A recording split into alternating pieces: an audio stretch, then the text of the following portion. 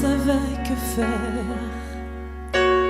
Vendu comme esclave, Joseph était à terre.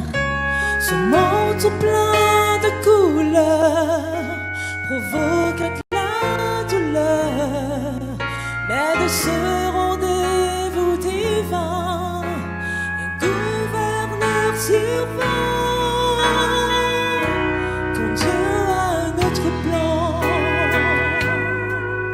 avant c'était lui, oui. Quand Dieu a un autre plan, il fera ce qu'il a dit. Quand tous tes rêves disparaissent, compte sur sa grâce et promesse. Sois tranquille et confiant.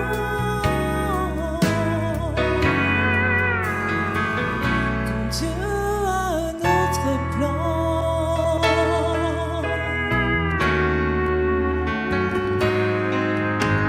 Seul est le cœur brisé, envahi par le doute. Les changements tu redoutes, qui viennent pourtant de Dieu. Mais si tu pouvais voir demain avec le regard du ciel, chaque épreuve inattendue te rapproche de Dieu. Quand Dieu a un autre plan, avant c'était lui, oui. Quand Dieu a un autre plan, il fera ce qu'il a dit. Quand tous tes rêves disparaissent, compte sur sa grâce et promesse. Sois tranquille et confiant.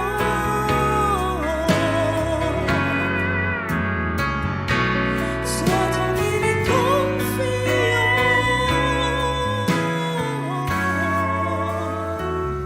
Quand Dieu a un autre plan,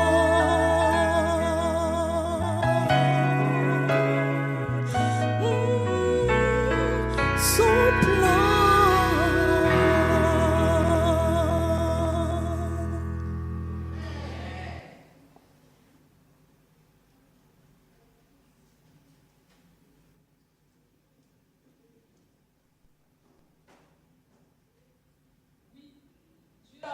Pour chacun d'entre nous, n'est-ce pas?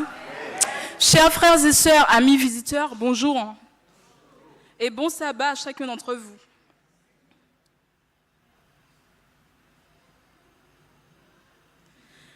J'espère que vous êtes heureux d'être ici en ce matin. Parce que moi, je le suis, et comme le psalmiste dit, dans les Psaumes 34, verset 2 et 145, verset 2, je bénirai l'Éternel en tout temps. Et même dans les moments difficiles, où tout nous porte à contester les voies de Dieu, nous devons bénir le nom de l'Éternel.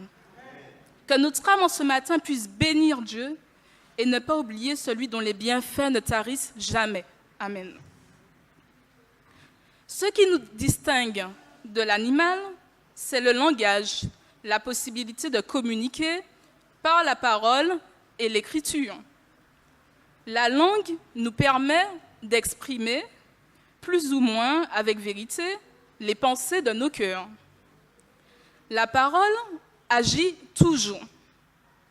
Elle apporte la bénédiction ou transmet la malédiction. La parole de Dieu crée l'harmonie et chasse l'obscurité, tandis que la parole, inspirée par notre homme charnel, crée le chaos, la disharmonie et l'angoisse. En ce matin, nous verrons les différentes catégories de paroles, la puissance de nos paroles. Bâtisseur ou démolisseur, à toi de choisir. Prions. Puisse le Saint-Esprit travailler dans nos cœurs, nous modeler, afin que nous soyons transformés à salut. Au nom de Jésus et pour sa seule gloire. Amen. Il existe 3 catégories de paroles. Est-ce que vous pourriez m'en citer quelques-unes? 3 catégories de paroles. Parole, Plus fort, s'il vous plaît. Des paroles valorisantes, blessantes, oui, et destructives. Alors, on a les paroles neutres, les paroles constructives et les paroles destructrices. Voyons en premier les paroles neutres, vides, sans âme. Il s'agit de conversations banales, conversations quotidiennes. Voyons maintenant les paroles constructives. Elles communiquent la force, la guérison, l'inspiration, l'élan, la puissance. Ce sont des paroles qui dominent, des paroles porteuses d'espoir, d'amour et de victoire. Passons maintenant aux paroles destructrices, des paroles de haine, d'amertume, qui viennent d'un cœur rempli d'amertume. Les paroles occupent une place extrêmement importante dans la vie d'un être humain. Vous voyez tout ce qu'on peut faire avec les paroles et de quelle manière on peut changer des vies, de quelle manière on peut bâtir, encourager et bénir. Beaucoup d'entre nous échouons lorsque les choses deviennent difficiles, parce que nous ne demeurons pas en Jésus. Lorsque tout va bien, lorsque le soleil brille de toute son ardeur, nos paroles sont pleines de conviction. Elles sont fortes, elles sont pleines d'énergie, puissantes et claires. Mais lorsque les tempêtes, les épreuves arrivent, que faisons-nous? Souvent, l'adversaire prend l'avantage sur nous. Nous abandonnons car nous disons « je ne peux pas, je n'y arriverai pas ». Les paroles que nous prononçons peuvent avoir un impact positif, mais aussi négatif. Comme dit cet adage, nous sommes ce que nous pensons. Vous avez déjà forcément entendu ou dit, comme je l'ai dit précédemment, « je suis nul, tu es nul, tu ne peux pas y arriver. Pourquoi tu fais ça ?» Mais l'expression « je ne peux pas, tu es nul » n'existe pas dans la Bible. Il nous faut parler le langage de Dieu. Nous devons nous référer à la parole de Dieu uniquement et dire avec assurance « je peux » parce que Dieu est là, parce que Dieu est vivant et parce qu'il ne nous abandonne pas. Peut-être qu'en ce matin, il y a des personnes qui ne savent pas comment elles vont payer leurs factures et elles se disent qu'elles ne peuvent pas payer leurs factures. Mais en ce matin, ne disons pas « je ne peux pas », mais approchons-nous avec assurance. Disons avec assurance « je peux payer mes factures car mon Dieu pourvoira à tous mes besoins selon sa richesse et gloire en Jésus-Christ ». Comme Malachie 3, verset 10 dit, Dieu ouvrira les écluses des cieux et il déversera sur nous la pluie en abondance. Dieu fait tant de choses pour nous, n'est-ce pas? Mais des fois, nous hésitons à témoigner de ce que Dieu a fait pour nous. Nous pensons que nous ne pouvons pas témoigner ou que nous ne pouvons pas nous exprimer devant les autres. Mais il s'agit de communiquer non pas les bienfaits du monde, mais les bienfaits de Dieu. Nous ne devons pas hésiter à ce sujet. Nous devons affirmer que nous pouvons témoigner avec puissance, car nous avons reçu le Saint-Esprit dans notre vie. Nous devons nous souvenir que nous sommes des enfants de Dieu. Nous sommes héritiers du royaume de Dieu. Et comme le dit 1 Pierre 2, verset 9, nous sommes une race royale, un sacerdoce royal, une nation sainte, un peuple acquis. Nous sommes des héritiers du royaume de Dieu et nous avons une mission. Cette mission qui est de proclamer l'évangile au monde entier.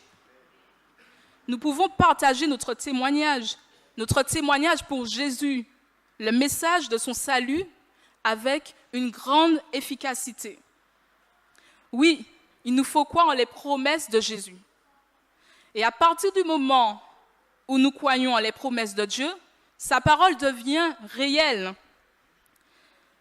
Dès lors que nous entretenons des pensées de foi, des pensées positives, que nous déclarons des paroles de foi, cela fait sortir notre cœur de la défaite pour nous faire entrer dans la victoire.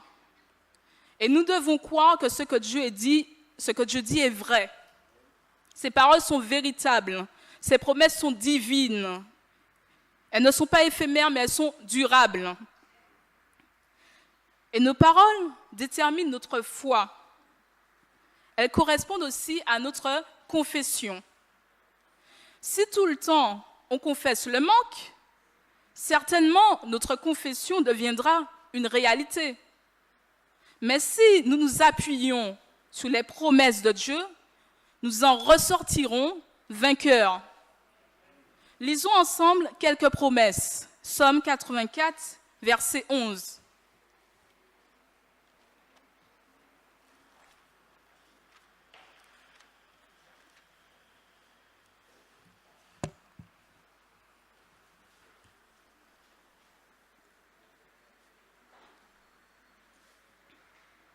Alors, verset 12, excusez-moi. « Car l'Éternel Dieu est un soleil et un bouclier.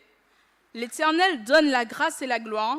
Il ne refuse aucun bien à ceux qui marchent dans l'intégrité. » Amen. Autre promesse, dans Proverbe 3, versets 5 à 6.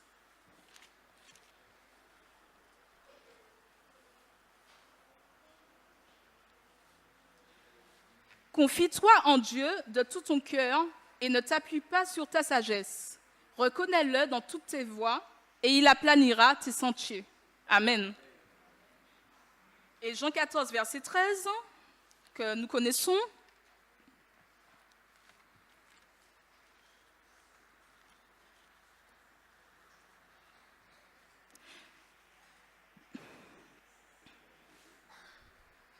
Tout ce que vous demanderez en mon nom, je le ferai, afin que le Père soit glorifié dans le Fils. Nos paroles nous emprisonnent ou elles nous libèrent. Nous devons confesser le nom de Jésus à voix haute. La Bible, c'est la parole de Dieu. Lorsque Dieu dit une chose, il le dit vraiment. Nous pouvons faire ce que Dieu dit que nous pouvons faire. Philippiens 4, verset 13 nous dit « Je puis tout par celui qui me fortifie. » Nous pouvons tout par celui qui nous fortifie. Nous devons reconnaître que nous sommes la personne que Dieu dit que nous sommes. N'oubliez pas votre identité. Nous sommes enfants de Dieu, héritiers du royaume de Dieu. Nous sommes riches en Jésus.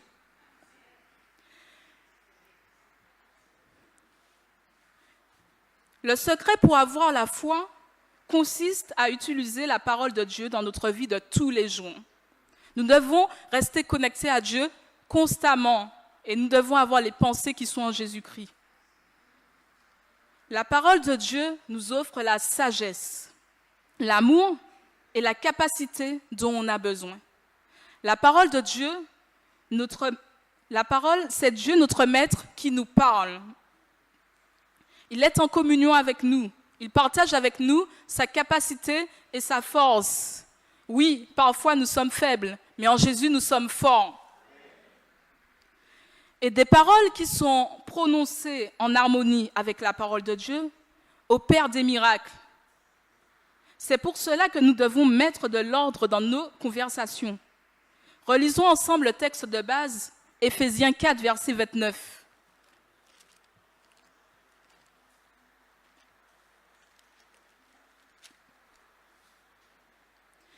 Qu'il ne sorte de votre bouche aucune parole mauvaise, mais s'il y a lieu, quelques bonnes paroles qui servent à l'édification et communiquent une grâce à ceux qui l'entendent.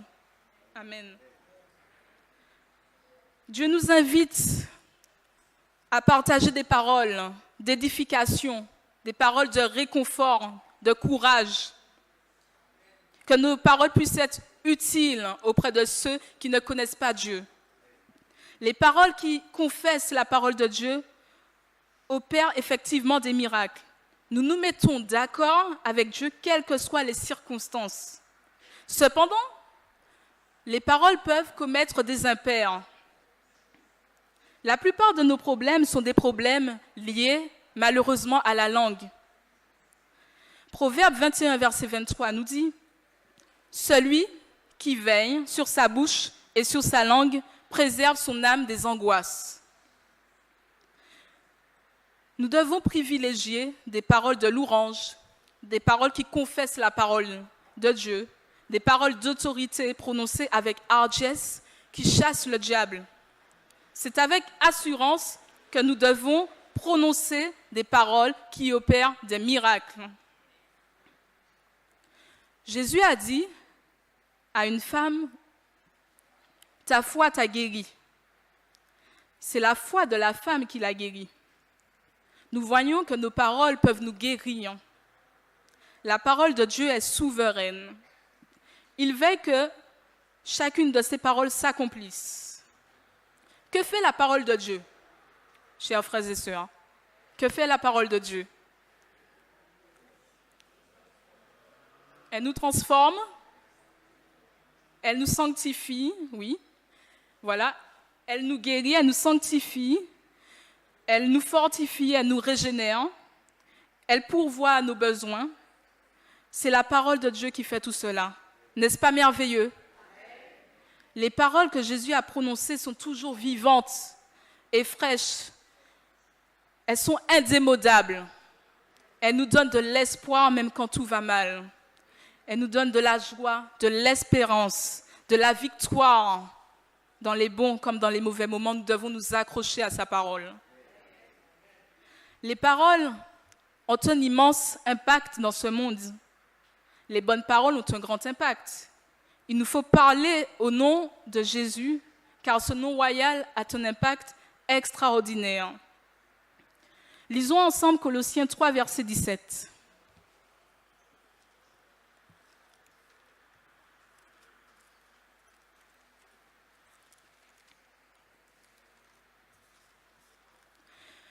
Et quoi que vous fassiez, en parole ou en action, faites tout au nom du Seigneur Jésus, en rendant par lui des actions de grâce à Dieu le Père. Et je vais rajouter avec Proverbe 18, verset 10, parce que le nom de l'Éternel est une tour forte, le juste s'y réfugie et se trouve en sûreté. Nous n'avons rien à craindre parce que Jésus combat pour nous, il nous précède. Il nous entoure de ses bras d'amour. Donc nous devons avoir un témoignage positif. Le monde a besoin de paroles de réconfort, d'édification, de bonté et d'amour. Le monde doit savoir qu'il nous bénit, que Dieu nous bénit de toutes sortes de bénédictions spirituelles et que nous jouissons d'une relation personnelle avec lui. Mais nous devons mettre tout ceci en pratique. Souvenons-nous que Dieu aime chacun d'entre nous et il veut faire de chacun de nous une réussite et désire nous rendre victorieux. Quel que soit notre environnement, nos ennuis, il n'y a aucune différence parce que Dieu est plus grand que tout cela. Dieu est plus grand que tous nos problèmes. Peu importe nos limitations, la maladie ou le manque d'argent, Dieu est là. Disons-lui, je suis heureux que tu sois avec moi. Je suis heureuse que tu sois avec moi. Par la langue, nous pouvons bénir le Seigneur notre Père. Et par elle, nous pouvons aussi maudire les hommes faits à l'image de Dieu. De la même bouche sortent parfois la malédiction et la bénédiction. Mais il ne faut pas qu'il en soit ainsi. Nous devons toujours nous revêtir, demander à Dieu de nous revêtir de paroles de bénédiction envers les autres, que ce soit notre famille, nos amis ou des personnes que nous côtoyons chaque jour. Et Jacques 3, versets 9 à 11 nous dit, lisons ensemble,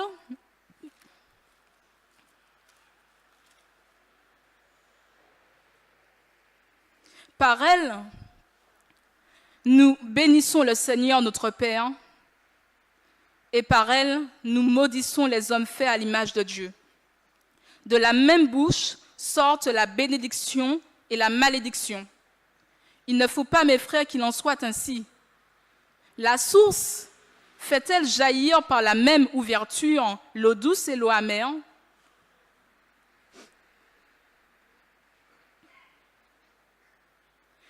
Cela me rappelle une petite anecdote. Il y avait une femme qui a été abandonnée par son mari. Et elle n'avait aucune ressource. Et donc, elle s'amusait à maudire son mari à chaque instant. Voilà qu'elle entend un sermon à la radio qui parle de paroles de bénédiction, de paroles d'amour et de réconfort, qui dit de bénir au lieu de maudire. Et cette femme décida de changer sa façon de faire. Elle décida de prier, de bénir son mari tous les jours. Quelque temps après, les choses ont changé et de manière favorable. Elle a reçu un chèque conséquent pour subvenir à ses besoins.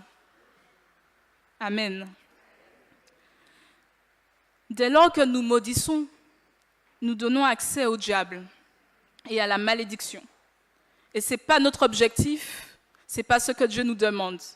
En ce matin, ce que Dieu nous demande, c'est justement d'attirer des personnes, de par notre attitude, notre façon d'être, et que nous puissions refléter Dieu, quel que soit là où nous irons. Que les personnes puissent voir en nous des enfants de Dieu et non des persécuteurs ou des enfants de Satan. Et c'est un privilège pour nous, justement, d'être enfants de Dieu, d'être héritiers du royaume. Et nous devons nous accrocher à cette espérance et propager ces messages, ces paroles de bénédiction. Et lorsque nous bénissons, nous ne pouvons qu'être heureux. Il n'y a que des avantages. Mais qui ne veut pas être heureux ici? Dites-moi.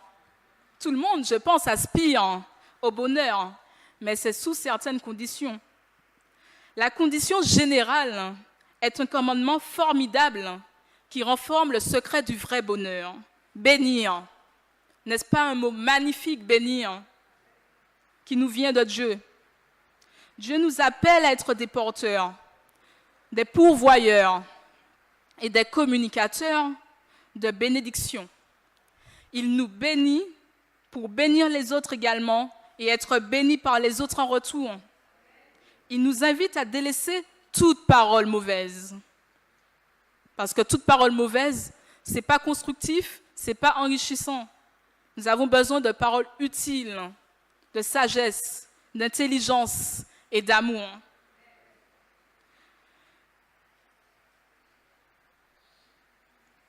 Et pour revenir à Éphésiens 4, versets 29 et 30, qui nous redit à nouveau qu'il ne sorte de votre bouche aucune parole mauvaise, mais s'il y a lieu, quelques bonnes paroles qui servent à l'édification et communiquent une grâce à ceux qui l'entendent.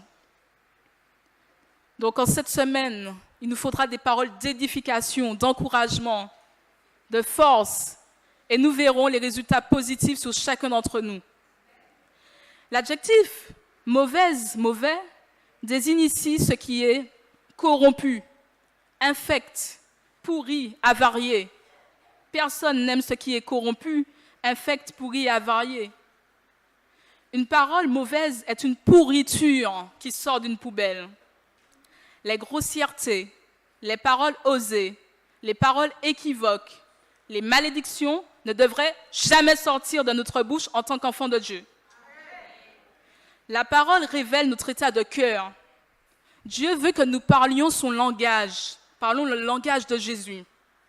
La langue du ciel. Oui, des paroles d'édification, d'amour et de bonté. Chaque parole doit servir à l'édification. Elle doit être utile, instructive et encourageante. Toujours prononcée dans un bon état d'esprit, comme la parole de Dieu elle-même, qui est esprit de vie. Parce que la parole de Dieu est sainte, elle est remplie d'amour, elle ne change pas. Et en cette semaine, je vous invite à prier pour qu'il y ait transformation dans notre vie à chacun d'entre nous. Je vais vous demander de prier pendant 1 minute. Nous allons prier pendant 1 minute et demander à Dieu justement de nous revêtir de ces paroles, paroles de bonté, d'amour, et de nous rappeler aussi notre mission qui est de proclamer l'évangile au monde entier. Prions pendant 1 minute seuls.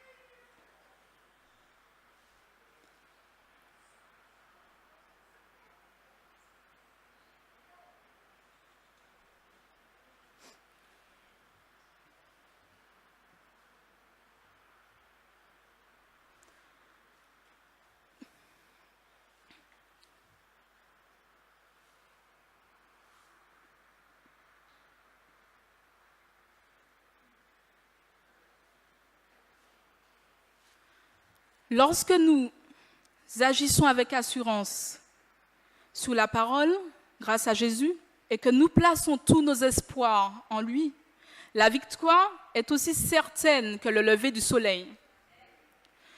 Osons confesser que ce que Dieu dit est vrai. Ne doutons jamais des vérités de Dieu. Que nos paroles puissent produire le changement dans la vie de ceux qui nous écoutent. Soyons dès à présent des bâtisseurs pour Jésus. Utilisons la parole de Dieu dans notre vie tous les jours. Oui, toute chaîne est enlevée. Toute entrave a disparu. Nous possédons un plein salut, car en venant au calvaire, tant d'amour nous a convaincus. Si notre âme est angoissée par le spectre du passé, si notre paix est enlevée par le tourment du péché, Christ apporte la délivrance, bonheur pour l'éternité. C'est une glorieuse espérance pour chacun d'entre nous. Nous devons nous rappeler à chaque instant de ces paroles. En ce matin, nous devons demander à Dieu de briser toute action, toute parole mauvaise, toute chose acquise ou héréditaire, tout ce qui n'est pas de lui, toute chaîne de persécution, zizanie, tromperie, qui nous éloigne de Dieu, qui nous retiennent, qui nous empêchent d'être en communion avec Dieu, qui mettent des barrières entre nous et Dieu. Disons à Dieu en ce matin de briser les chaînes. Souvenons-nous qu'il y a puissance dans le nom du Seigneur. Et que nous puissions garder en tête ces paroles de réconfort en cet instant. Que Dieu vous bénisse. Amen. Et chantons ensemble, il y a puissance dans le nom du Seigneur.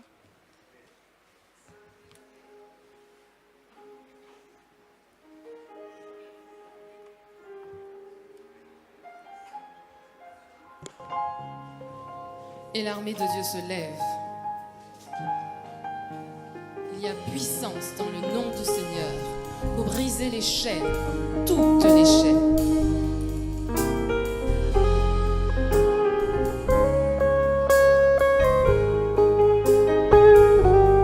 Il y a puissance dans le nom de Jésus. Il y a puissance dans le nom de Jésus.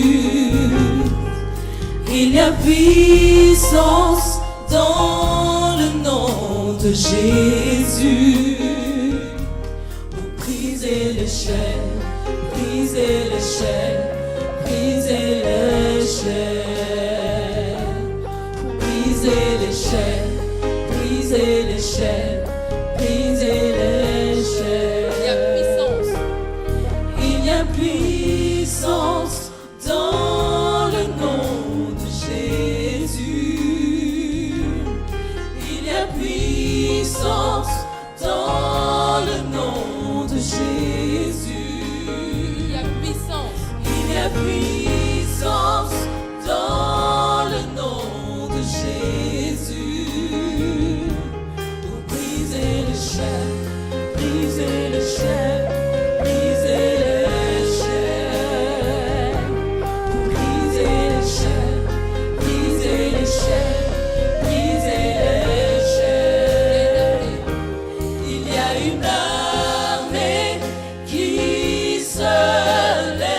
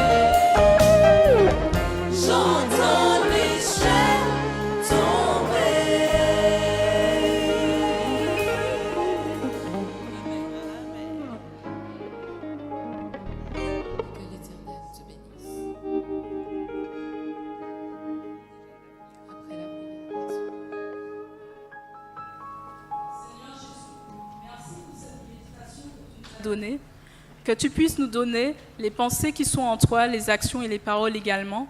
Raccompagne-nous à bon port, au nom de Jésus et pour ta seule gloire. Amen.